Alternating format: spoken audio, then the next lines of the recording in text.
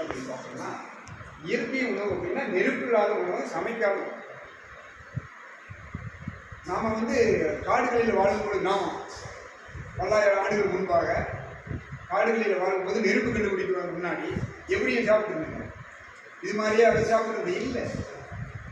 எல்லாம் என்ன கிடைக்குதோ அப்படியே எடுத்து அப்படியே சாப்பிடுங்க. ஏன்டா சொத்துன்னு சொல்கிறீங்களா?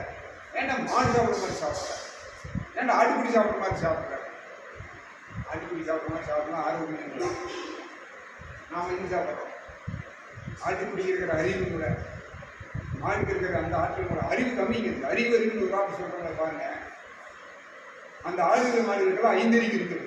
நம்மளுக்கு அதை விட ஒரு அறிவு எக்ஸ்ட்ரா அதிகமாக இருக்குது. ஆனால் இது பயன்படுத்துகிறோம்னா பயன்படுத்துகிறோம். இன்னொன்று பாருங்க, நம்ம பயன்படுத்துகின்ற எல்லா அறிவுகளும் எல்லா ஒழுக்க முறைகளும் விலங்குகளிலிருந்து தான் எடுக்கப்பட்டது. அதை நீ மறுக்கவே முடியாது. ஆனால் இதையும் மட்டும் நாம் என்ன பண்ணுறோம் அப்படின்னா, இந்த உணவு முறையை மட்டும் இன்னும் நாம் சரியாக நடத்துவதில்லை. அதுக்காக தான் இது திரும்ப எடுக்கணும் அப்படின்னு சொல்லிட்டு இயற்கை நல மருத்துவமனை இருக்கிற எல்லாருமே முறைப்படி திரும்பி வரவங்க இருக்குது. இது மறந்து ஒன்றும் இல்லை. நீங்கள் கொஞ்சம் பின்னாடி போனீங்கன்னா, அமாவாசை பௌர்ணமி தினத்திற்கு நம்ம வீட்டில் பாட்டி அவங்கெல்லாம் கிராமத்தில், இப்போ டவுனில் மாறிட்டாங்க, கிராமத்தில் ஒரு நாள் உண்ணாவிரதம் சொல்லிட்டு காலையில் அவளும் ஒன்று கொடுப்பாங்க. சின்ன வயசுல பையன் இருக்கும்போது நான் சாப்பிட்றோம் பார்த்துருக்கேன். அப்படித்தான் நம்மளுக்கு கொடுத்துருக்காங்க. காலை உணவு அவள் கொடுப்பாங்க, அவள் நினச்சி கொடுப்பாங்க. கூட தேங்காய் பூ போட்டு கொடுப்பாங்க, கரும்பு சர்க்கரை கலந்து கொடுப்பாங்க. அதெல்லாம் நம்ம சாப்பிட்றோம். சரிங்களா?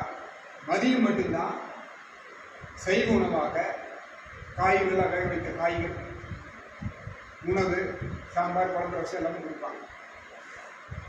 ஆனால் இப்போ அதுக்கு எதிர்மறையாக மாறிடும். காலையில் பார்த்தோம் அப்படின்னா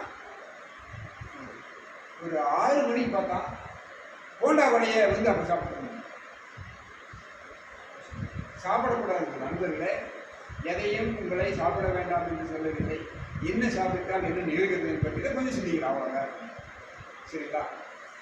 இயற்கை உணவு என்னென்னு பார்க்கலாம். இது தெரியாததில் தெரிஞ்சுக்க சிந்திக்கலாம். இயற்கை உணவு என்பது 4 வகையை எடுக்கலாம்.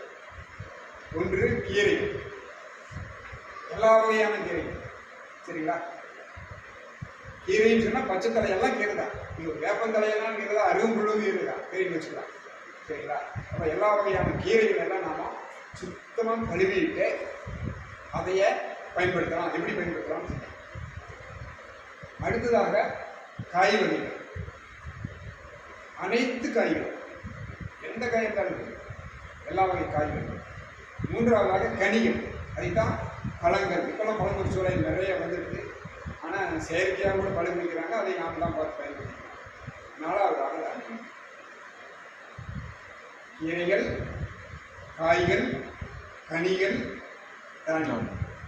இந்த 4ஐயுமே எல்லா வகையான ஜீவராசிகள், எறும்பு இருந்து ஊடுவன, பரப்பன, ஓடுவன, நடப்பன எல்லா ஜீவராசிகளும் முழுமையாக பயன்படுத்திக் கொண்டிருக்கிறது, ஆரோக்கியமாக இருக்கிறது. அதுக்கு எந்த நோயும் வருவதில்லை. நாயை தவிர நாய்க்குமே என்ன பண்ணியிருக்கோம், நாம் கொண்டு போய் அதை இதெல்லாம் பண்ணி கண்டத்தில் போட்டு பசியில் கிடையாது, அதனால் சாப்பிட்டு அது வருது.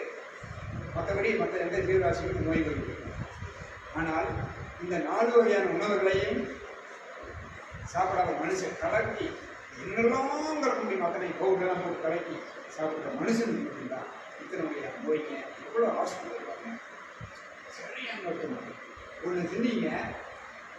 மருத்துவமனைகள் ஏன் அதிகமாக பெறுகிறது என்று சொன்னால், நோயாளிகளுடைய எண்ணிக்கை அதிகரித்துக் கொண்டிருக்கிறது.